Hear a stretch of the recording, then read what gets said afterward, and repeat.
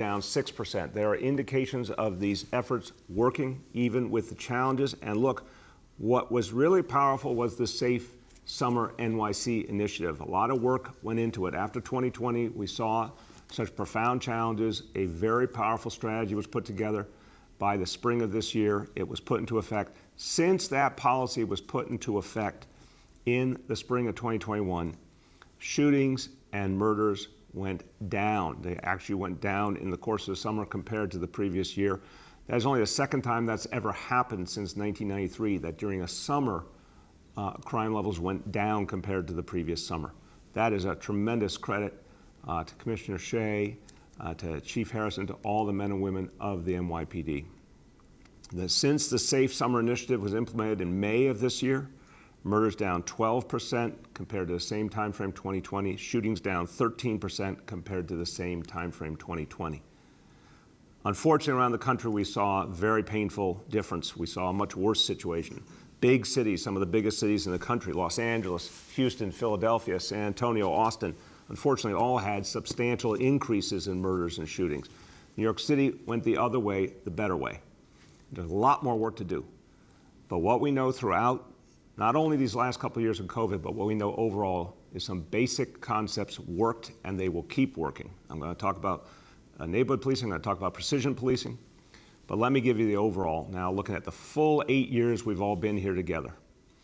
And the work that Commissioner Shea has done, not only in this role, in his previous roles, Deputy Commissioner John Miller, who's with us, and so many other members of the team, many of whom have been through the whole 8 years in crucial positions making this happen. Here's the bottom line: index crimes, those major crimes that are the #1 focus we have when we talk about where we're going on public safety, those index crimes. Over the last 8 years, index crime in New York City has decreased 11%. From the beginning of this administration to now, index crime has decreased 11%. Huge decrease. And how did it happen? Precision policing. That's the focus on the small number of people who drive the violent crime. When there was a day a few years ago, early in the administration, Bill Bratton said to me, look, in a city of well over 8 million people, there's only a few thousand who drive most of the violence. The focus, the incessant focus on those people has made a huge, huge impact. The gang takedowns, taking shooters and violent people off the streets, the incredible work of the gun suppression division. Gun arrests now, the highest they've been in many, many years. So precision policing, also neighborhood policing. This is something we innovated over these years. It works.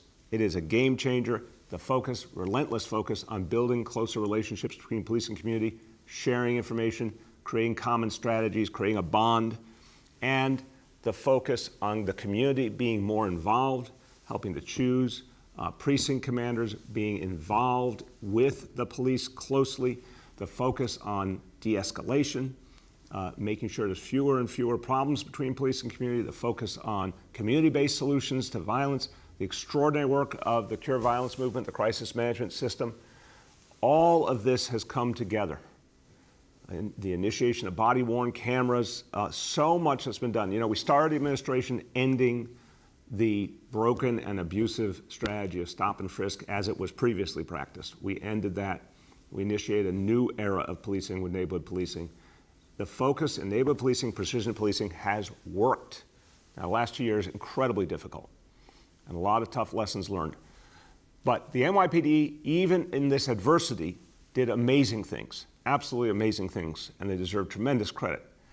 And remember, that's with one of the most profound social disruptions in the history of this country with COVID, and with a court system that has not functioned for the last 2 years. And that lack of consequences has profoundly hurt our efforts, and yet we've all kept going. Look, pre-pandemic, it was so clear. Shootings driven down constantly. Listen to this: 2019 pre-pandemic compared to 2013, the last year of the previous administration, shootings down 30% in that time frame. With more and more interaction and connection between police and community, more and more common bond between police and community, fewer and fewer arrests, fewer and fewer incarcerations, shootings went down. That was the brilliance of neighborhood policing, and I believe for years to come it will be recognized as a turning point and it will be built on in the future. So a lot has worked and there's a lot more to do.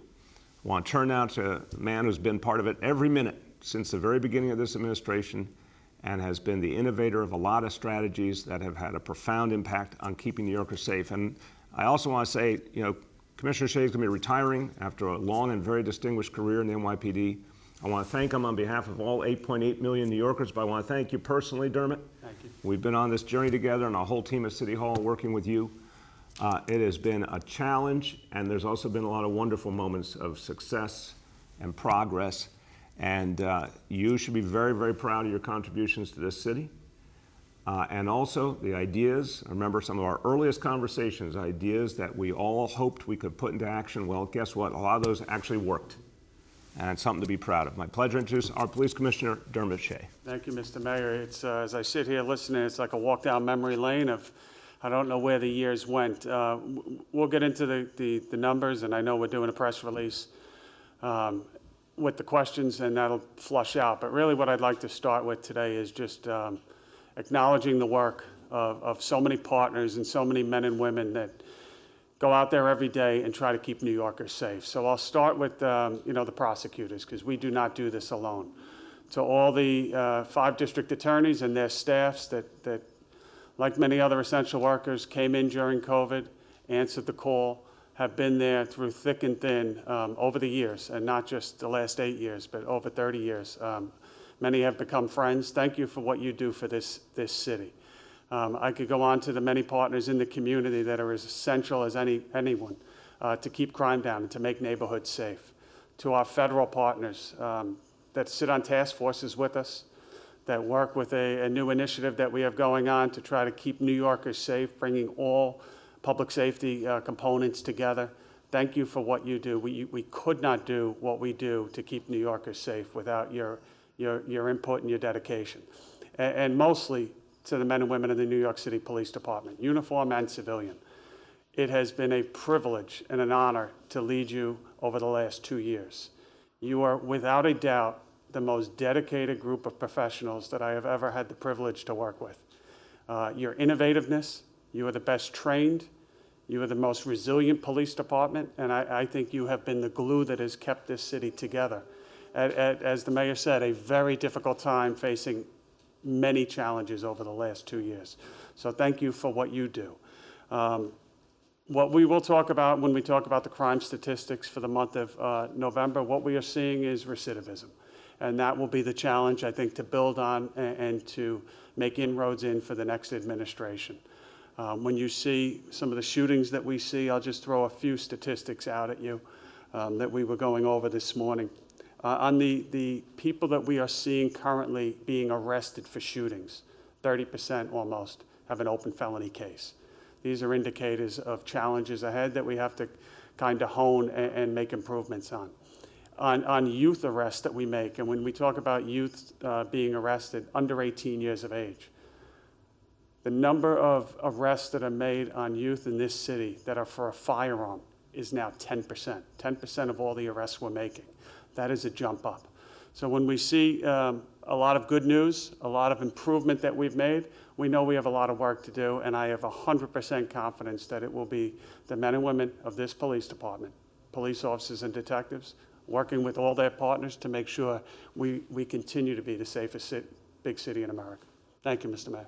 Thank you very, very much, Commissioner. And I want everyone now to hear from a voice who's been really, in many ways, a conscience and a visionary in terms of what we need to do in the city. He's watched very carefully over this whole time frame and for many years before. And he leads an organization that has really been a fantastic contributor to public safety in this city. I want to welcome the president of the Citizens Crime Commission of New York City, Richard Aborn. Did it. I want to punch up a few things that you and the commissioner have talked about, which I think have really been instrumental to the enormous achievements that have been achieved during your administration. And the first one I want to focus on is this concept of precision policing. And the reason I want to talk about that is it has so many benefits. What Commissioner Bratton had said to you when Commissioner Bratton first came in is absolutely right, that a frighteningly small number of people in the city are causing an outsized amount of the problems in the city. And that's incorporated in what we call the 80-20 rule, which is a concept in economics which says that 80% of all actions are caused by 20% of all actors. And what the NYPD has understood is that if you focus on those individuals, you can accomplish great things to reduce crime while having a much lighter touch. In other words, you don't need to arrest a lot of people. You need to arrest the right people. And that has the benefits of getting the most violent people identified and arrested while not interfering with nonviolent people or touching, as we say, nonviolent people, which is a tremendously positive thing. So we're beginning to understand the need to focus on violent crime while understanding the criticality of the racial justice issues for reducing crime overall. That's an enormous achievement. And I think it's absolutely right that neighborhood policing will go down as one of the great success stories of this administration. It is a game changer in my view. And the reason I know that is I'm in the communities all the time. I hear about it all the time. I get calls from all over the country about what is it the NYPD is doing that is being so successful. And two of the things that I point to are precision policing and neighborhood policing. So I'm very, very happy to hear you talk about that. I also think the laser-like focus on illegal guns has made an enormous difference. And one thing the commissioner alluded to, but in his own humble way, didn't take enough credit for, but I'm going to give credit for now, is I don't think I've ever seen so much interagency cooperation as I see now. And I don't mean just within the city, which is unprecedented. Also between the city agencies and the federal agencies. Historically, it's like baseball, but historically there's been quite a bit of rivalry between the feds and the locals. No more. They meet constantly, they share information constantly, they're thinking together, they're solving together, and the city's benefiting from it. So the blueprint that's been laid down during this administration is one that I think gives the next administration a very solid foundation to build upon. To be sure, we have a lot to do. We are beginning to understand with more and more precision, if you will, what we need to do, how to go forward, and I'm actually quite optimistic. I know the numbers are tough right now. I know the numbers are high right now, but they haven't always been that way. Up until 2019, we were doing extremely well. We will get back to those levels, and I believe the next administration will actually be able to take it lower because they'll be able to work not just with the incredible NYPD, a department that is second to none in the world. It's just a tremendous department, but also the broader criminal justice system with this new thinking that this is a whole of government, if I may say, a whole of society issue. And that's a pathway forward. And that's the foundation I believe you've laid. And I actually congratulate both of you. It's a job well done. Thank you so much, Richard. And I really appreciate the point. Whole of government, whole of society. That's exactly right. Whole of government. Public safety is not just the responsibility of the NYPD. There's a lot of other elements of it that the rest of the government needs to act on and support. Whole of society, 100%. Neighborhood policing, the focus on community-based solutions to violence, all of these pieces add up. I think a lot of the models here are going to have even bigger, stronger lives ahead in the city of the future. And thank you again. You've been a conscience. You've been someone who's really helped us to think about all this and act on all this. Thank you to you and everyone at the Citizens Crime Commission for the great work you do. All right, everyone. As we do every day, let's go over our indicators. And you see an interesting combination of facts here. The first indicator, very good news. The number of vaccinations in the city keeps growing constantly and in big jumps, I'm happy to say, because of all the new realities, the new mandates, the availability of boosters. We're at today, doses administered today, 12,719,737. Absolutely astounding number. But here's where we should be concerned. We're starting to see more and more of the effect of more and more cases of COVID. So the daily number of people admitted to New York City hospitals for suspected COVID-19 today's report 157 patients, confirmed positivity level 35.19%. Hospitalization rate per 100,000 New Yorkers 1.06.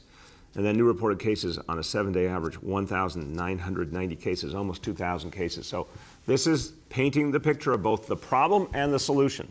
Problem, again, that triple threat, colder weather, a lot of gatherings, Omicron. Solution, more and more vaccination, stronger and stronger efforts to get more people vaccinated. Few words in Spanish now, and I want to go to what we just talked about, which is the effort to continue to deepen public safety in this city. La ciudad de Nueva York es la ciudad grande más segura de los Estados Unidos. Hemos logrado un progreso increíble en los últimos 8 años. Este es el resultado de trabajar junto con la comunidad para construir una ciudad segura para todos los neoyorquinos. With that, let's turn to our colleagues in the media. Please let me know the name and outlet of each journalist. Good morning. We will now begin our Q&A. As a reminder, we are joined by Police Commissioner Dermot Shea, Deputy Commissioner of Intelligence and Counterterrorism John Miller, Health Commissioner Dr. Dave Choksi, President and CEO of New York City Health and Hospitals, Dr. Mitch Katz, Head of New York City Test and Trace, Dr. Ted Long, Georgia Pestana, Corporation Counsel of the New York City Law Department, and Director of the Mayor's Office of Criminal Justice, Marcus Soler. Our first question today goes to Juliet from 1010 Wins. Yes, good morning, Mr. Mayor, everybody on the call. Mr. Mayor, how many more Omicron cases have you identified in New York City, and are you concerned about clusters in neighborhoods that have lower vaccination rates? I'm definitely concerned, Juliet, because this is a real challenge. We need a lot more information on Omicron, but we do believe it's more transmissible even than Delta, and that's a real concern. Again, we also believe there's community spread at this point, so we'll keep tracking the individual cases, but we believe there's community spread.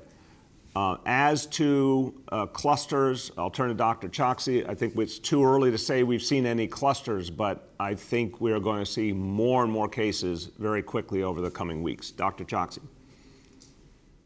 Thank you, sir. And yes, the mayor is absolutely right. We have 8 cases total thus far in New York City. But far more important than the number of individual cases is the fact that we expect that there is community transmission of Omicron already happening. We are not seeing any significant clusters at this moment. And what that means is that known Omicron cases are not linked to any one individual or event, but consistent with community transmission. Moving forward, we do have strong surveillance systems in place, both in terms of our sequencing as well as for COVID-19 overall. We'll rely on those to continue characterizing the variant as it emerges. But our public health advice is clear and consistent, which is get vaccinated, get boosted, get tested, continue to wear your mask, and stay home if you are sick. Thank you. Go ahead, Juliet. Okay, thank you. And this is for you and Commissioner Shea and John Miller. New Year's Eve in Times Square. Who and how will proof of vaccination be checked? So, Juliet, as I said the other day, Times Square, we continue at this point to have it moving forward with a fully vaccinated crowd gathered. We're going to continue to watch the situation with Omicron and any new developments and update people as needed. We're working with the Times Square Alliance as well as NYPD to make sure there is a system in place. So we'll have the details on that. We'll update the public shortly, but the bottom line is if you want to participate in that amazing gathering, bring proof ID and bring your proof of vaccination. Our next question goes to Derek Waller from WABC. Good morning. I did want to talk about crime a little bit, and specifically with NYCHA buildings. I've been trying to get in touch with them and do an on-camera interview about this for a couple months now, and they've denied that request. So that's why I'm coming to you today. We know that a significant portion of the city's crime does happen in and around NYCHA complexes, but they actually shared with me that they still have more than 70 complexes, which represents hundreds of buildings that don't have any security cameras whatsoever. I know that the city has made progress with that over the years, but again, we still have hundreds of buildings where they don't have security cameras at the end of 2021. So my question to you is, when will every NYCHA building have security cameras? Derek, we're going to get you a specific update on all of the plans currently to add more cameras. You're exactly right. There's been constantly more and more cameras added throughout public housing. More are coming. We are hoping and praying that the federal government in the coming days is going to approve legislation that will be a huge boost to NYCHA in terms of a major, major investment in public housing that will help us supercharge those efforts. And we're certainly going to make sure that you get an opportunity to talk to folks at NYCHA about what's being done to keep residents safe. But I want to give Commissioner and Deputy Commissioner a quick moment, just if anything you want to talk about the efforts being made in housing to keep residents safe. Yep. Thank you for the question. You know, and I agree. Any movement that we could do with cameras is a win-win for the community, and it certainly helps us on both the prevention side and then solving crimes if they should occur. Regarding housing crime overall, traditionally it's one of the stubborn spots regarding shootings in New York City, where you've probably heard me say many times that a disproportionate amount of shootings in New York City occur on New York City NYCHA property. Historically, it's about 20%. We're actually doing better than that this year. Still too many shootings, but housing-related shootings this year are down. It's at about 17% of the city's overall shootings, so that is a bright spot. You are correct, though, when you look at housing crime this year, it is up. The most current numbers are about 7% increase in housing-related crime. What are we seeing? It's driven by domestic violence and felony assaults. So that is what we see. We combat that in a number of ways by sending our officers out to do domestic violence related home visits. We certainly move resources around the city to different developments as we might see any crimes spike. But the domestic violence can be a difficult one to target. As we turn to Deputy Commissioner Miller, I just want to also take a moment to thank him. This 8 years together, literally from the very first day. And thank you for being such an extraordinary architect of so much of what we've achieved, but also thank you for what you've done to keep New Yorkers safe from terrorism, which is an effort that has been absolutely extraordinary and literally worldwide in reach. So thank you for your leadership. And to the question at hand, what would you like to add? So Derek, when it comes to housing, NYCHA developments and cameras, you know, we have three factors there. One, the legacy cameras that are in place. One of the things that we are working on with housing is when we have a crime and we need those cameras, NYCHA sends people to the scene and we download those. As they modernize their system, the place we're going is to get cameras that we can download remotely directly to the police department. So as the commissioner said, you can see potential suspects right away, get those descriptions out.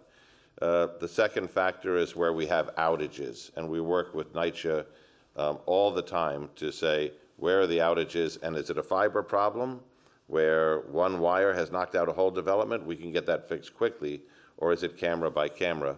And then the third piece that you brought up is to get that total coverage and working with NYCHA and securing the additional funds to place those cameras in the places where they're not, which are typically the places where crime has been lower. But the goal is 100% coverage, and we've been working very closely with them to get to two places, 100% coverage and direct access to those cameras so we can quickly solve those crimes. Thank you. Go ahead, Derek. Maybe for Commissioner Shea, but how critical is video evidence for detectives who are trying to solve these crimes? I feel like it's more crucial than it's been before. It's certainly very important, I would say, and in my time with the police department that now spans over 30 years, particularly in the last 10 years, we have seen the use of video evidence growing exponentially. It's something that is expected. I think it's expected by people that participate in the criminal justice system, whether it's a grand jury or a trial, and it certainly puts the prosecutors at ease when together working to build cases and make those difficult decisions which cases to go forward. It is critically important. Thank you. Go ahead. Our next question goes to Ari Feldman from New York One. Good morning, Mr. Mayor. How are you doing? Good, Ari. How you been? I'm doing all right. The first question is on the legislation in the council to give local voting rights to non-citizens. You kind of demurred on your support of that legislation in the past, but it is expected to pass in the stated meeting tomorrow. Has your thinking changed, or do you expect to sign that legislation? Yeah, Ari, right now, I still have very mixed feelings about it. I've been honest about that. That hasn't changed a bit. I think there are still some outstanding legal questions about the city's authority versus the state's in this matter. But I respect the city council. So, we'll see what their final action is there. My assumption is I'm just going to respect whatever they do. But I do think there are still open questions on this for the future. Go ahead, Ari. Thank you. And the second question was on the expansion for children, for parents to put their children on the New York City's vaccination app. Is there a limit on how many kids you can have on there? And are children also required to show identification? How do parents prove that the children whose vax cards they have, it's the right kids on the cards in the app? Ari will get you all the details, but the bottom line is there's no limit on how many kids you can have on your app as a parent. Again, thank you to you and your colleague Errol Lewis for helping us realize we had to fix that. It's been fixed quickly. Thank you to Commissioner Jesse Tisch and everyone at Do It for making that fix so quickly. As for ID, look, it's always better to have a child's ID if a parent has one. But if they don't happen to have a photo ID for that child, just having the vaccine card on it alone obviously is very, very important. Our next question today goes to Marcia Kramer from WCBS. Good morning, Mr. Mayor, and to Police Commissioner Shea and Deputy Police Commissioner John Miller. I was very interested in Commissioner Shea's statistics about the recidivism issues and the issues that are going to be facing the next administration. I wonder if you can expand on that and you could suggest what solutions you have that the next administration might want to look at. I'll start real quick and turn to the Commissioner. And it's a great question, Marcia, because this is such an important part of the future. But I want to remind you, pre-pandemic, literally a few weeks before the pandemic, we talked about a vision of youth-focused policing. And I've often felt that if only we didn't have this pandemic, we'd all be so much better off. But that vision could have become the dominant approach of so much of what the NYPD does. And that was really the brainchild of Commissioner Shea. So I do think the future will be more and more engagement between NYPD and young people and families, deeper engagement. I also think it's a reminder to us that we do need a culture of consequence. And we've got to get the court system back and running. We've got to create a reality where everyone knows there are consequences for their actions. But I am hopeful that a greater focus on young people proactively is going to yield a lot in the future. Commissioner. Thanks, Mr. Mayor. As I was listening to my good friend Richard Aborn before speak, and something he said resonated, where he hears all the time across the country that people look to the NYPD. And I could tell you that, within the NYPD, we are incredibly proud of that. And when you talk about something else he said, we had accomplished just a couple of years ago what every police department and every municipality in the country, not just here, but abroad, was traveling to one police plaza to see. How are you doing it? And then you start talking about some of those concepts of whether it's neighborhood policing, precision policing. We understand that you're connecting more to the community, but how do you get crime down too? We understand how you get crime down, but how do you do it with reducing incarceration at the same time? There is no one better than the men and women of this department in keeping New Yorkers safe. I have 100% confidence, Marcia, that we'll get back there. But when you start hearing about some of this recidivism, and the shame of it is what the mayor just said, like we were so close to what I would call the policing nirvana, where we're driving it to unprecedented levels of low crime with low incarceration. And now we were about to tackle, let's cut off the system that's feeding and make sure we're doing everything possible for the kids. We know what the blueprint is. We just need to now hone it and get back onto that path. We have to address some of the small fixes to some of the laws that are hurting us on the recidivism. I mean, we could go category by category. We're seeing upticks in all the metrics in terms of people arrested over and over, and it's the same story. It is not widespread. It is small numbers of people that unfortunately are doing some harm to New Yorkers. But I have no doubt as we move forward, that'll be corrected. Thank you very much. Go ahead, Marcia. Well, the reason I was asking the question was because when I look at the crime stats that were released, I see some trouble spots in that you see increases in things like a 24% increase in robbery, an 11% increase in felonious assault, a 40% increase in grand larceny, and a 13% in grand larceny auto, and a 106% increase in transit, which seems to be also the kinds of crimes that you're talking about in terms of assault and things like that. And I wonder, how do you tackle those kinds of things in this climate, given the fact that we are still in a pandemic and we still have those pandemic problems? Look, Marcia, it's a very important question, and I know everyone can rightfully and fairly pull out any piece of the picture and look at it. I do think the overall is clear. The NYPD has stabilized the situation even while we're still in the pandemic and started to turn it very markedly, and you can see that progress from May to present. And undoubtedly, as we come out of the pandemic, and we will, particularly in this city where so many people are vaccinated and more will become vaccinated soon, we're going to turn the corner. But I think it is about persistently working with communities and taking the lessons we've learned and doubling down on them. That's how, even in the midst of this summer, there was amazing progress because the NYPD doubled down on the things it was good at, more gun arrests than we had seen in years, for example. We got to get the courts working. We got to get society back more to normal. I think those are also essential pieces of getting things where we need to be. Commissioner, you want to add? No, I would just say, I mean, certainly, Marcia, as it relates to the courts, the pandemic has been a factor. But I've been very outspoken, and I stand by it. The number one issue that we are facing is changes that were done too hastily to how we deal with people that are entering the criminal justice system and putting them back onto the street too quickly. Once that is corrected, you will see very rapid improvement across the board in all those statistics. Thank you. Our next question goes to Michael Gartland with the New York Daily News. Good morning, Mr. Mayor and everybody else on the call. How you doing this morning? Doing good, Michael. How you been? I'm doing good. So my first question is for Commissioner Shea, and it comes from our reporters in the Shack. Marcia alluded to this, and I was looking at some of the stats earlier. Some of these lines show an upward rise: grand larceny, rape, robbery, felony, assault. Can you explain why those stats have gone up, and do you feel like these sorts of spikes will define your legacy? And that's for Commissioner Shea.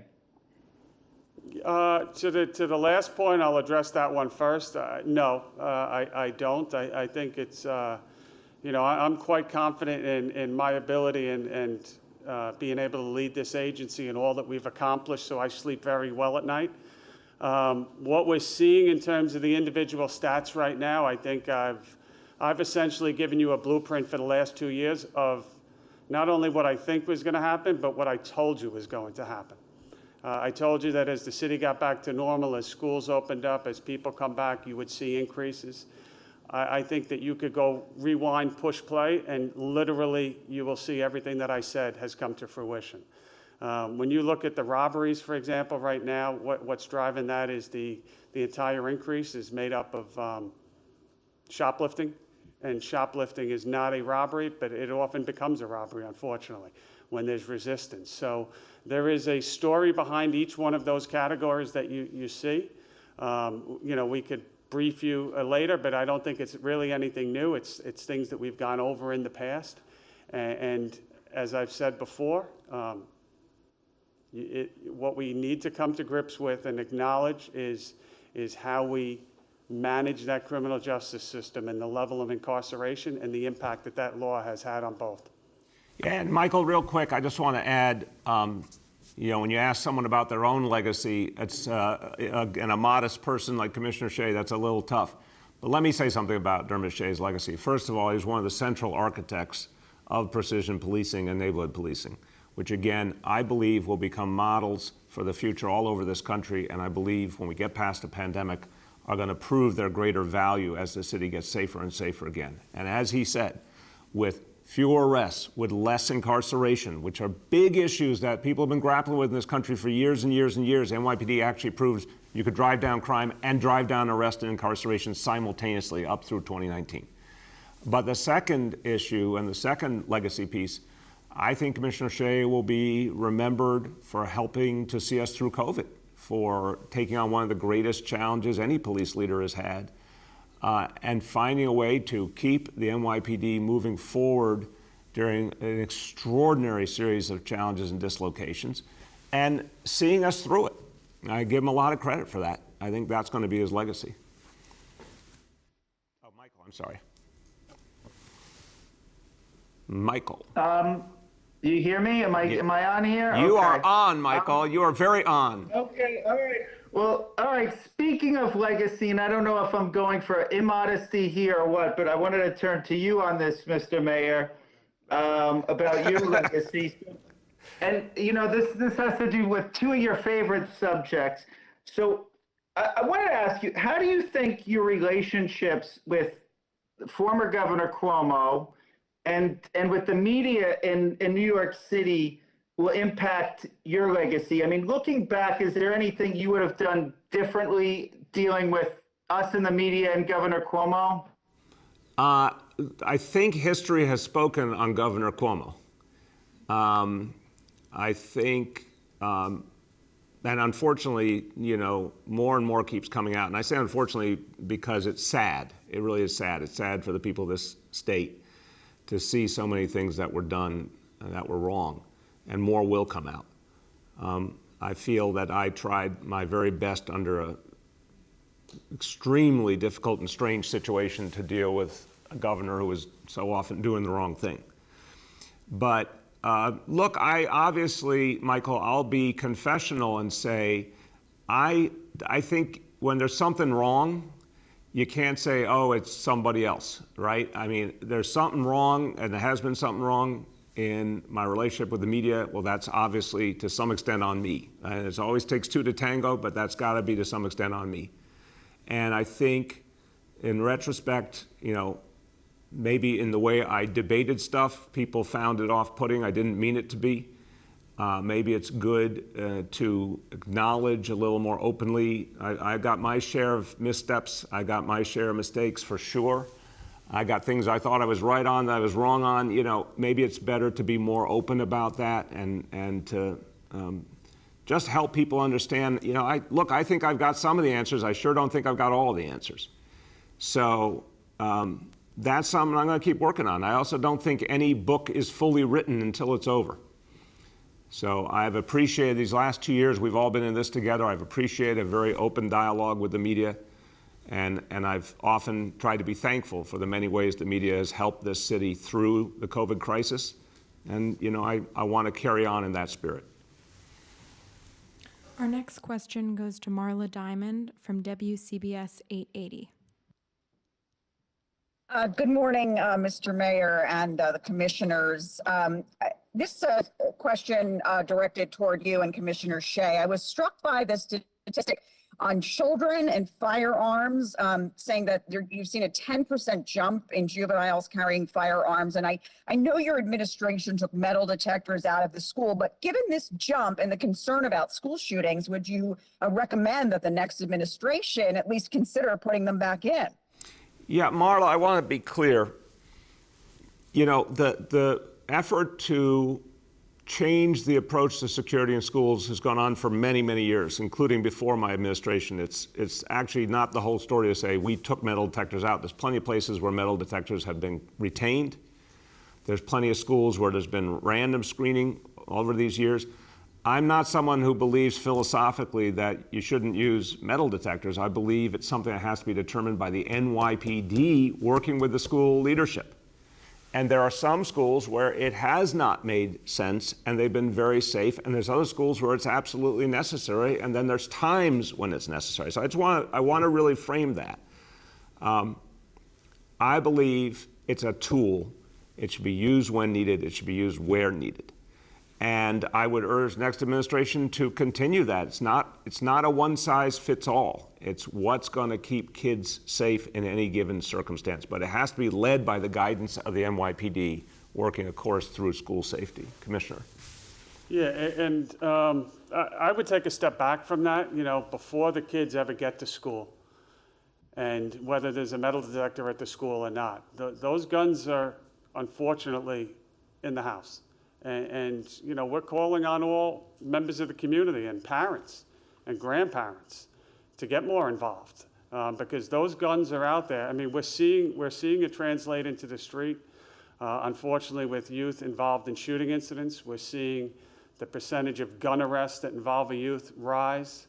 As I quoted to you earlier, when you look at all the arrests that we make of youth in this city, and it's not staggering numbers, and that's a good thing. But when you analyze all those arrests that are made, currently 10% of those arrests are for a firearm, and that's up from 1.8% last year. So we see the indicators. Why is that? People will debate that. I will mention again, though, that small number that are resistant. And I like the term that was used before about, the community or the entire government policing, because I think that's where we have a lot of room to grow. It can't be just the police department and law enforcement thinking about keeping people safe. So how do we do it together? How do we do it in a manner that when somebody is arrested, and if we're going to make a strategic decision not to put them into jail because they're a kid, making sure that whatever happens to them gives them the best possible chance to succeed. And that can't be one agency alone having responsibility for that, in my opinion. It's got to be a Band-Aid approach where multiple agencies coming together, sharing information, and having that community involvement to look after the children, because there's nothing more important. Thank you. Go ahead, Marla. And Commissioner Shea, you did speak about shoplifting as a reason why there's been such a bump up in robberies. I'm just wondering if you could sort of quantify this.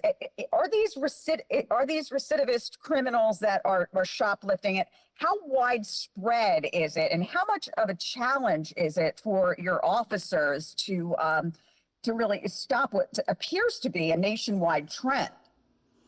Well, it's probably one of the easiest crimes to stop, between store security, between officers responding. The problem is that when they're arrested, we're literally letting them go, and the cop stays in and continues to complete paperwork. So, I mean, that's what is driving shoplifting. It's not just in New York City.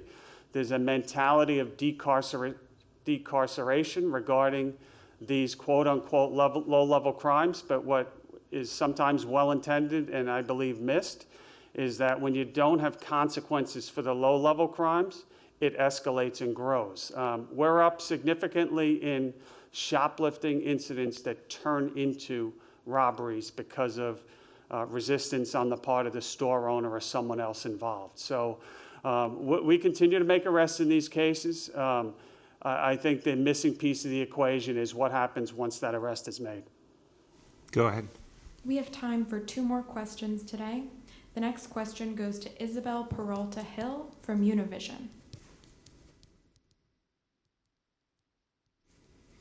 Hi, Mr. Mayor. Hey, Isabel, how are you? I'm going to ask you, good, thank you.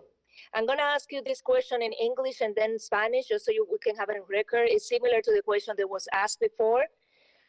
Since recently, there have been reports of firearms and knives that have been detected within schools. Is there any plan to ensure that all schools in the city have detectors? Then in Spanish is, en vista de recientes casos en los que se han detectado armas de fuego y también armas blancas dentro de las escuelas, ¿hay algún plan para garantizar que todas las escuelas de la ciudad tengan detectores de metal? Isabel, it's a very important question. Thank you for it. The NYPD will decide with the school leadership of each school if metal detectors are needed. We have the option of having metal detectors permanently at certain schools throughout the year. We have the option of random scanning, meaning every few days or every few weeks. And then in some schools, there's a decision that actually a metal detector is not needed. That's a decision that should be made by the NYPD, by the principal of the school together what's right for that school community. That's the best way to make that decision. Go ahead, Isabel. Thank you. Okay, good. Go ahead. Next question. Our last question for today goes to Julia Marsh from The Post. Hi, this is a question for the mayor and the police commissioner from my colleague, Craig McCarthy, who covers the NYPD. Julia, can I just... Can you hear me? Yeah, I just want to break in and say I was impressed by your cover art on the cover page yesterday. I just want to say. You were, what'd you like about it? I just thought it was creative. I mean, come on, you got to always be impressed by the people who create the Post covers and the witty phrases. That was pretty good, Julia. Do you have a cover from the last 8 years? That's going to be way up the list, I'll tell you. That's going to go on my all-time greatest hits list. Well, thank you so much for the feedback. Yes. The floor is yours now. Thank you very much. So as I was saying, this is a question for both you, Mr. Mayor, and for Commissioner Shea from my colleague, Craig McCarthy, who covers the NYPD.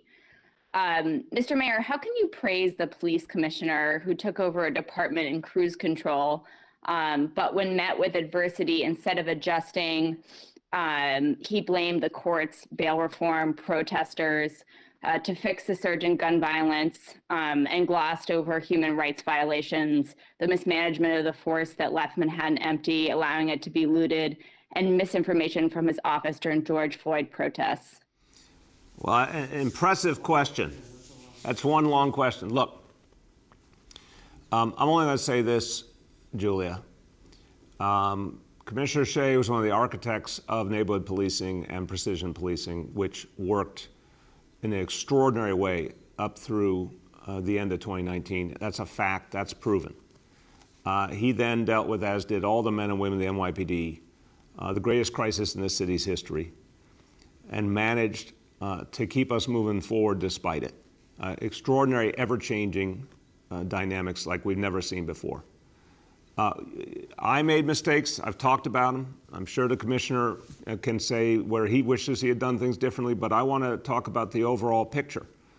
The overall picture is, even in the midst of extraordinary challenges, you've seen this year gun arrests go up markedly, creative new strategies, more engagement with community. After the pain we went through last year, the protest, the disconnect between police and community, you could have thrown up your hands and walked away.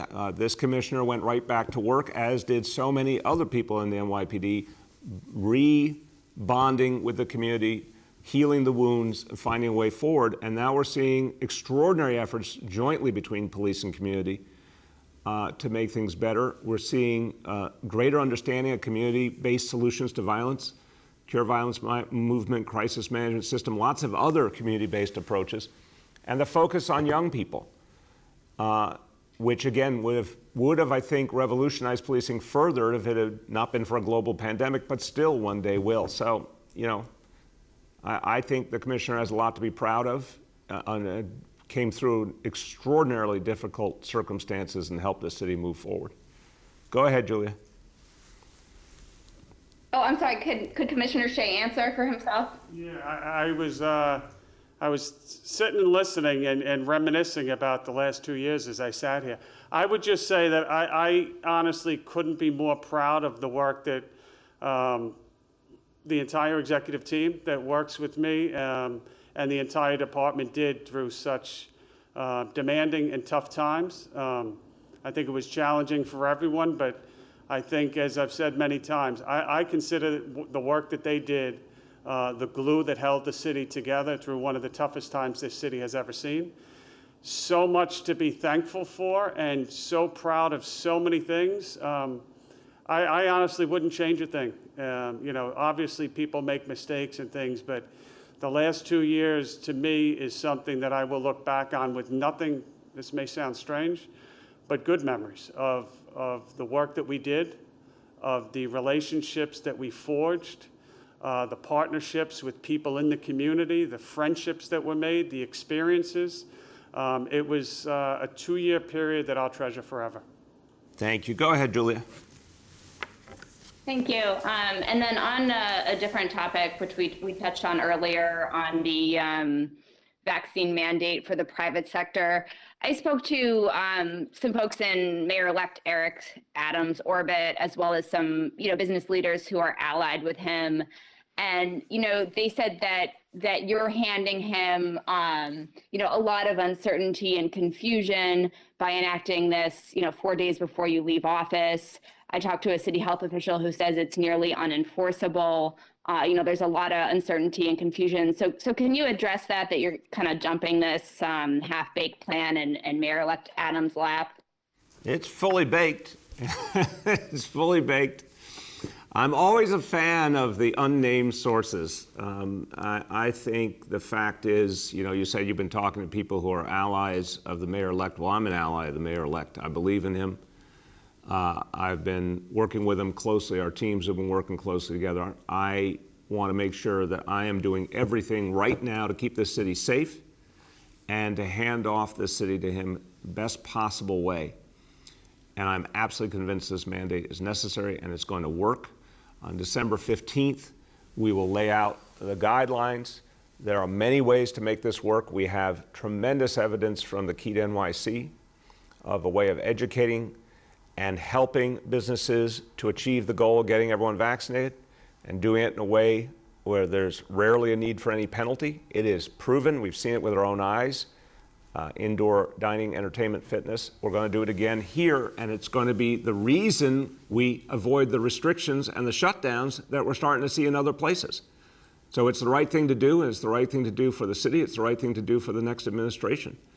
And I look forward to the handoff coming up and giving the mayor-elect the best possible opportunity to move forward based on what we've done.